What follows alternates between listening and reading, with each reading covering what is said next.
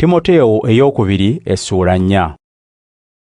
Kukuutirira mu maaso ga Katonda ne Kristo Yesu alisalira abalamu n'abafu omusango, era nkukuutira olw'okujja kwe n'olw'obwakabaka bwe, tegeezanga abantu ekigambo kya Katonda, ng'onyiikira okukiyigirizanga mu biseera ebirungi n'ebitali birungi.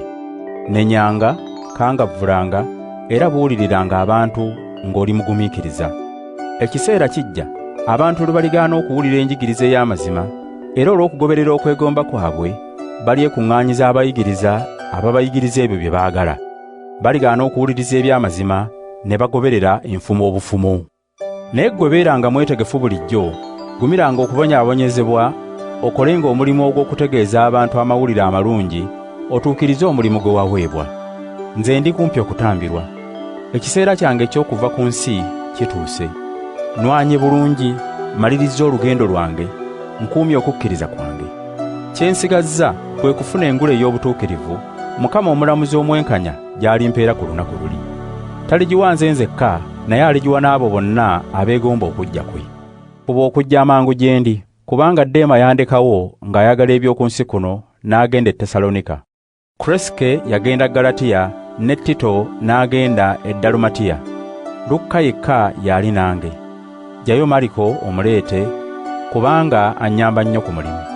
Tukiko namutuma mu Efeso. Bw'obanga ojja, ondeeteranga kkooti yange gye naleka e Turowa ewa Kalipo. Ondeeteranga n'ebitabo, naddala ebyo eby'amaliba. Alekizanda omuweesi w'ebikomo yankola bubi nnyo. Mukama alimusasula olw'ebyo bye yakola. Naawe mwekuume, kubanga yawakanya nnyo ebigambo byaffe. Mu kuwoza kwange okwasooka, tewali n'omu yannyamba, bonna banjabulira. Nsaba Katonda ekyo kireme kubavunaanibwa. Naye Mukama yabeera nange, n'ampa amaanyi, ne nsobola okutegeereza ddala ab'amawanga amalala bonna ekigambo kya Katonda, ne bakiwulira, bw'atyo n'anzigya mu kamwa k'empologoma.